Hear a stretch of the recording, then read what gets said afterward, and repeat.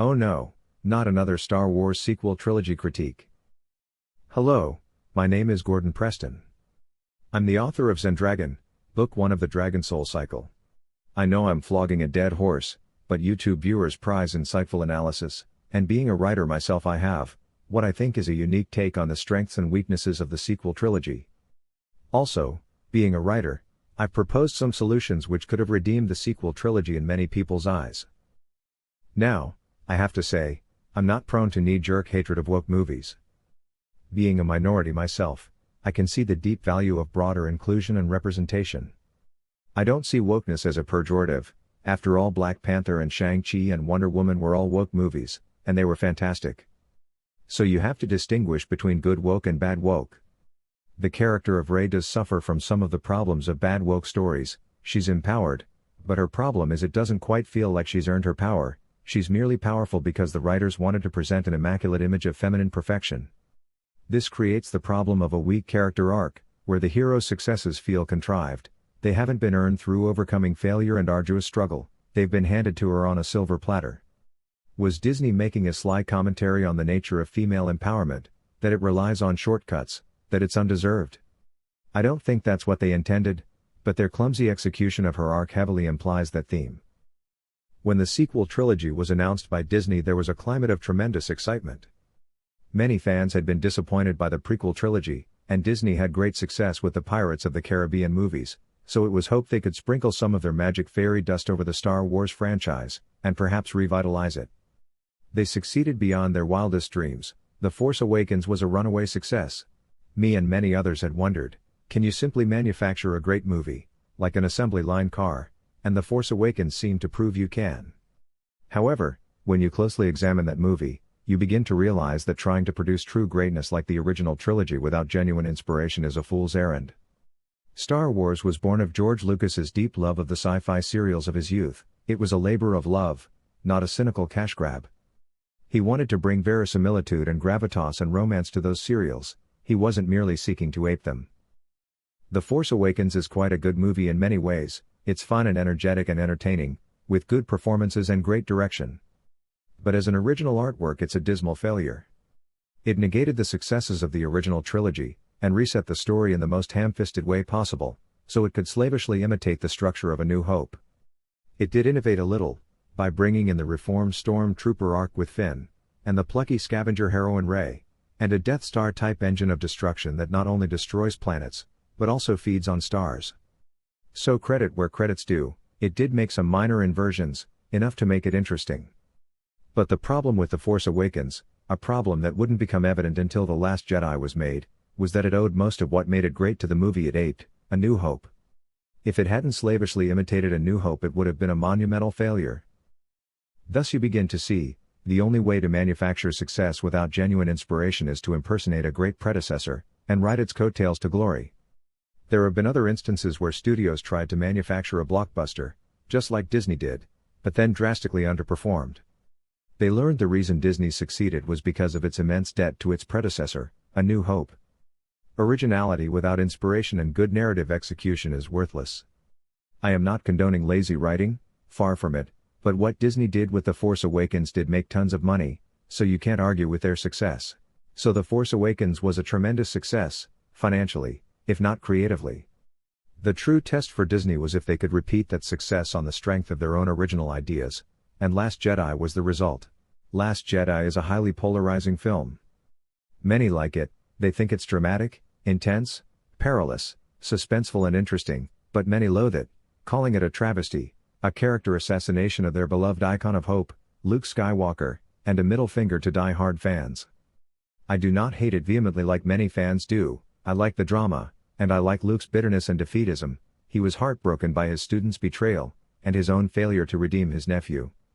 What I dislike is the galaxy's slowest chase scene, a huge contrivance designed solely for the sake of generating conflict and suspense, instead of using a more plausible and natural means to generate it, like Han being chased by the Imperials in Empire Strikes Back. The hyperspace ramming isn't a problem for me, even though it opens a huge can of worms. But I didn't like Luke's death by astral projection.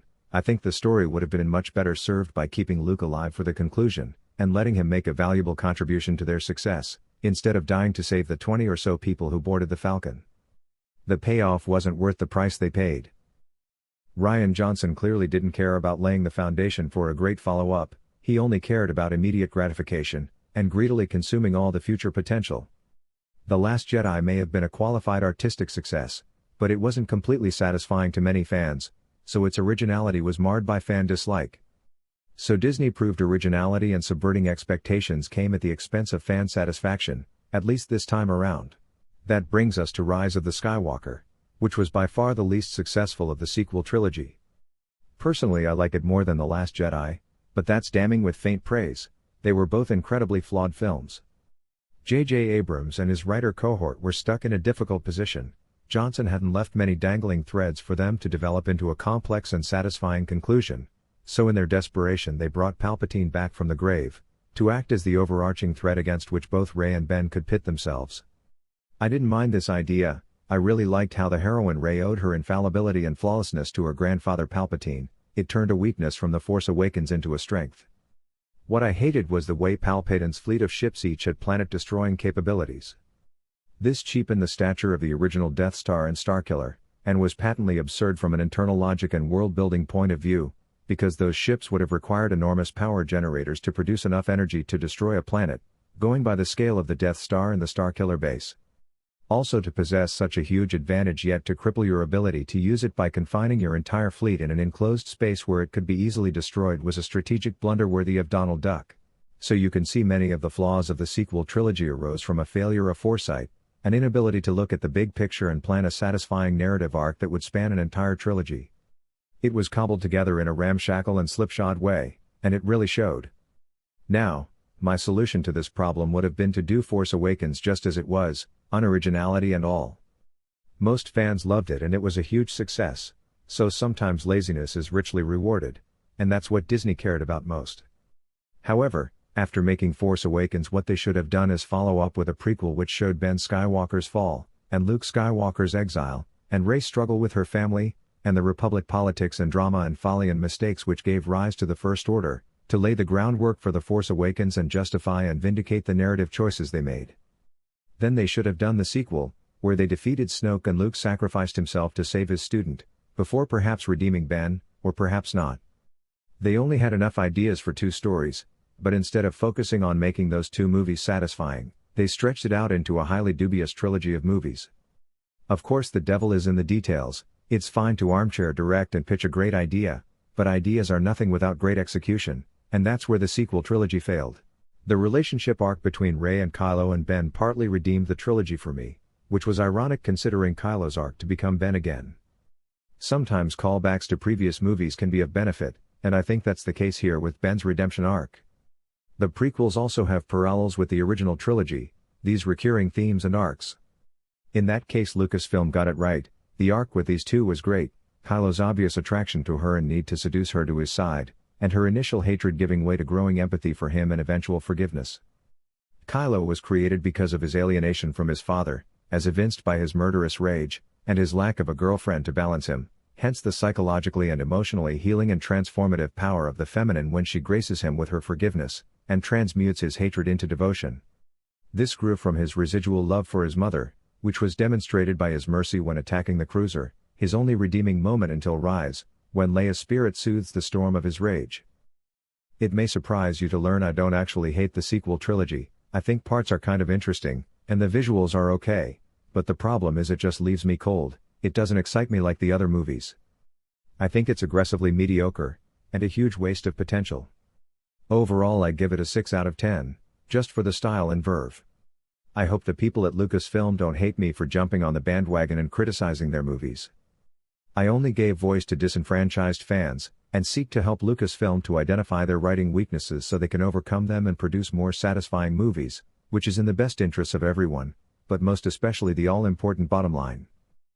However, despite these criticisms, I have quite enjoyed one of Lucasfilm's movies on both an entertainment and artistic level, Rogue One. Rogue One was brilliant, a suicide mission story with great gravitas and a beautifully tragic love story between a father and daughter. Solo was okay.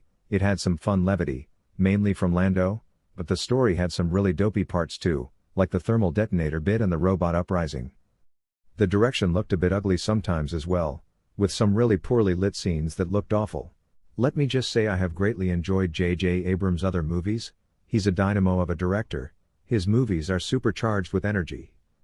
Mission Impossible 3 and the Star Trek movies were all electrifyingly brilliant. I started watching Knives Out and I thought it was really clever and subversive. I look forward to watching the rest. I think Johnson does better when he makes his own stuff, and he plays by his own rules. And I don't have an axe to grind against Kathleen Kennedy like many fandom menaces do. I don't think she's the root of all evil. I've written many girl power stories and I support gay representation. I've written a beautiful Star Wars subplot romance between two men. I just think she's suffered because of how hard it is to come up with genuinely great stuff. Most of the media her people produce is divisive and unpopular because of its mediocre characterization and dialogue. Critical flaws by any measure. Tony Gilroy is brilliant though. I learned he's a big reason Rogue One was so great. He took over as director and it was his idea to make it a suicide mission that really cranked up the intensity and the emotional power. I love tragic endings. I've written tons of them. I'm making my way through Andor and I think it's great. I knew it would be brilliant because I love the Bourne movies. They're bona fide masterpieces. Thank you kindly for listening to my analysis, and if you like what you heard please like and subscribe. I'll be producing more content soon.